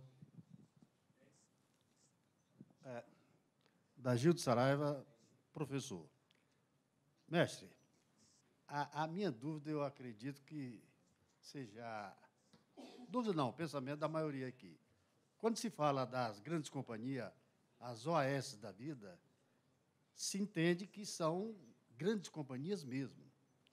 E, no meu entender, na maneira que eu vi a Dilma falar sobre essas grandes companhias, que estão complicadas por esses escândalos, e também, da maneira que você falou aí, mestre, nós estamos sendo muito condescendentes com essas grandes companhias, tá? Até com pena delas. Na minha maneira de ver, essas companhias são os monstros que são, assim, grandes, poderosas, graças ao que elas tiraram do Estado, ao que elas tiraram de nós, que, na maioria das obras, todas elas enriqueceram, na minha maneira de ver, basicamente, através do Estado. Então, elas, se houvesse uma avaliação mais correta, deveriam ser retornadas para o Estado. Muito bem. Isso é um ponto. Mas tem outro. Você falou aí também sobre as empresas nacionais. Montaram, desmontaram, acabaram. Aí deu um toque também sobre os bancos. Talvez você me explique, eu queria entender por que acabaram com nossos bancos, os bancos estaduais. Aí me disseram que era porque os governos estaduais, os governadores, tomavam de conta os políticos. Ora, aí voltava aquela conversa. Se a mulher do cara está traindo no sofá, tiraram o sofá. Tá? No caso, tiraram os bancos, né? O que há? Muito obrigado. Não, é isso. Então, tentando responder rapidamente, que é a última, né?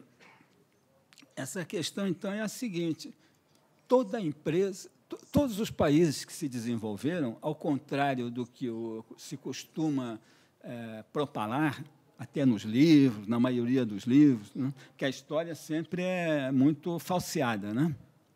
Tanto a história econômica como a história política, não só a brasileira, mas a mundial, é toda ela falsificada, né? Nos livros, na academia. Bom, então, se você for olhar o desenvolvimento dos Estados Unidos, que é apontado como o símbolo, né, da livre iniciativa, né? There is no free lunch, não sei mais o quê, aquele negócio todo, o desenvolvimento deles foi feito com grande apoio do Estado, financiamento e obras públicas, qualquer país do mundo que se desenvolveu. Mas é aquele negócio que eu digo, pelo menos, se você vai fazer esse tipo de desenvolvimento, que acaba, no qual o Estado forma aqueles ursinhos pequenos, né, que vão crescendo, depois eles tomam conta do Estado também, né? Não é isso? Você vai amamentando o ursinho pequeno, né, para ele crescer. Né? São as grandes empresas. Né?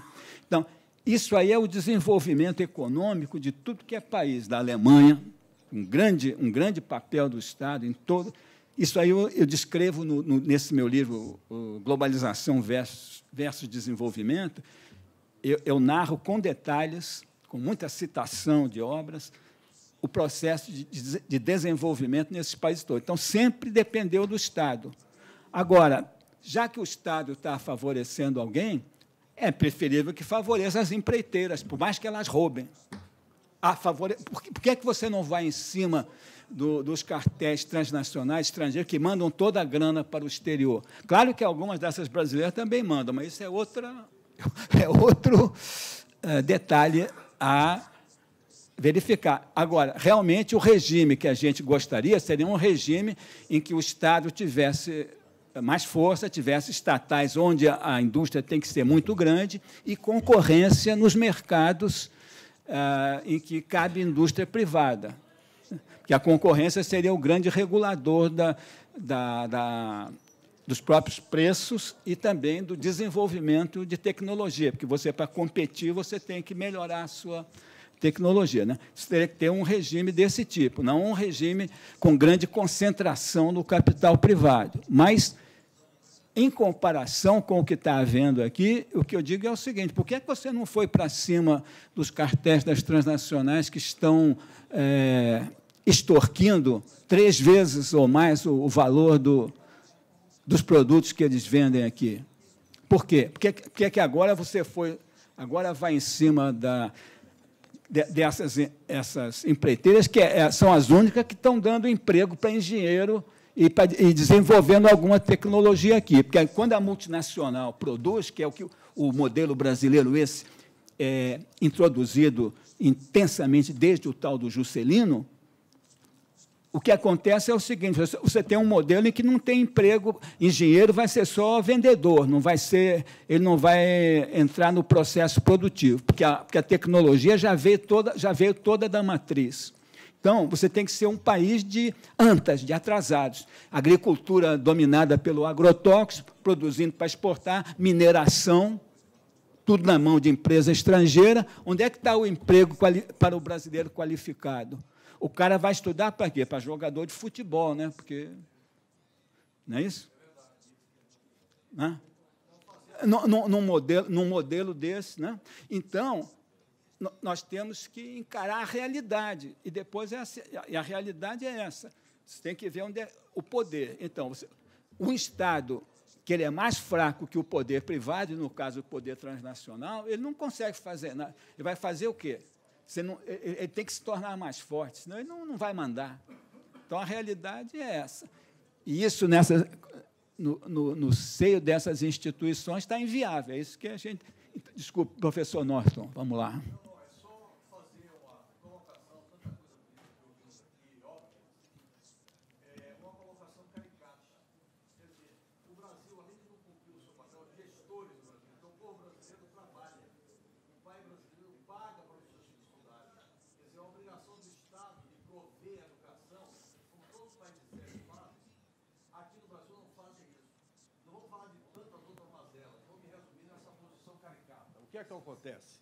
O que é que acontece?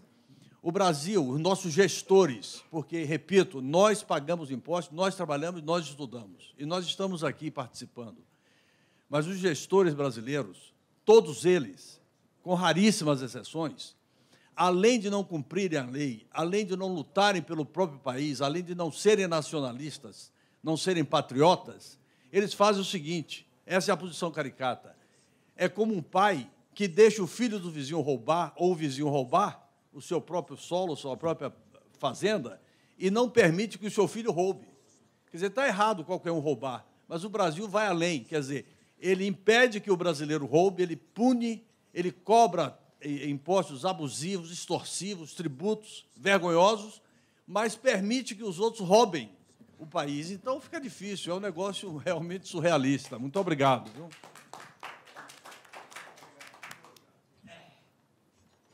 Então, está concluído, né? Assim, esqueci de parabenizar mais uma vez o professor Adriano Benayon, que conheço há muitos anos, tive a grata satisfação de ser apresentada por meio do Tolendal, de quem leio muito artigos e li o livro e passei para amigos, e é admirável que tenhamos homens assim, mas que, infelizmente, são poucos ainda no nosso país.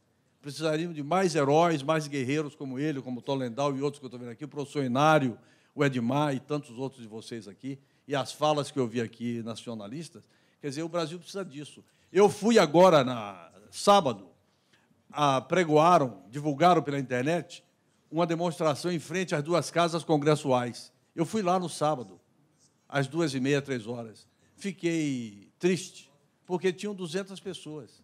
Quer dizer, Brasília tem 1 milhão, só o plano piloto tem 700 mil pessoas. Brasília tem mais de 2,5 milhões de pessoas. Tinham lá 200 pessoas. Fica difícil, não é verdade? Obrigado, senhores. O professor Inário vai falar. Com licença.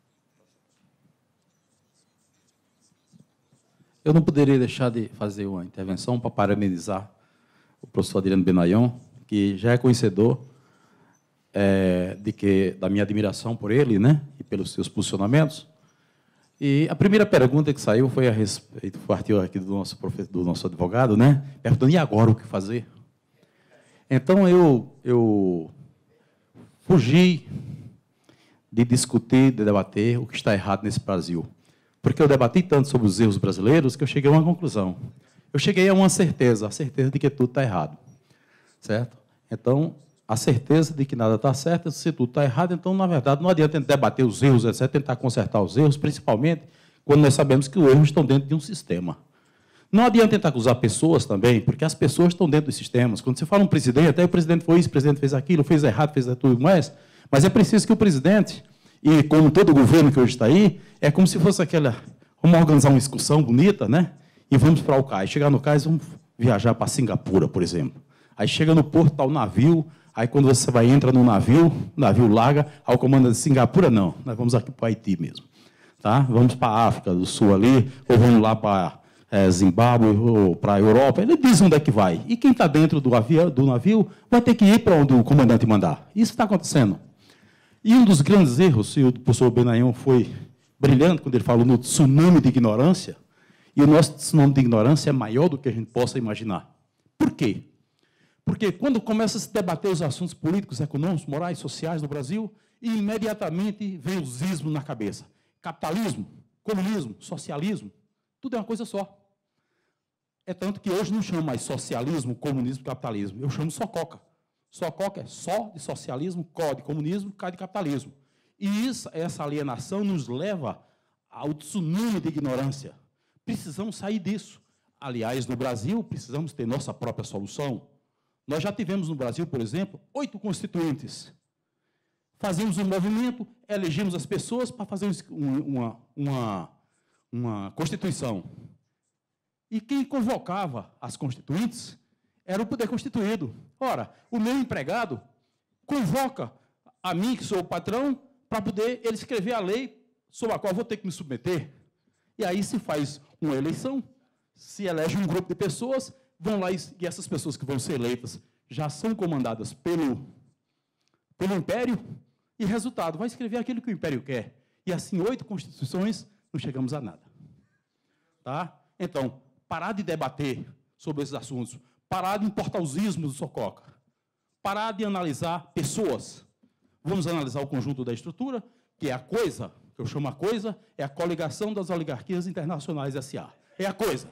A coisa manipula todo mundo com Sococa, promove um tsunami da ignorância. E nós vamos ficar aqui debatendo dentro do mapa da coisa? Isso, gente, aqui na universidade, nós debatemos sobre isso, está muito velho. Temos uma alternativa. E aí sim, o que fazer?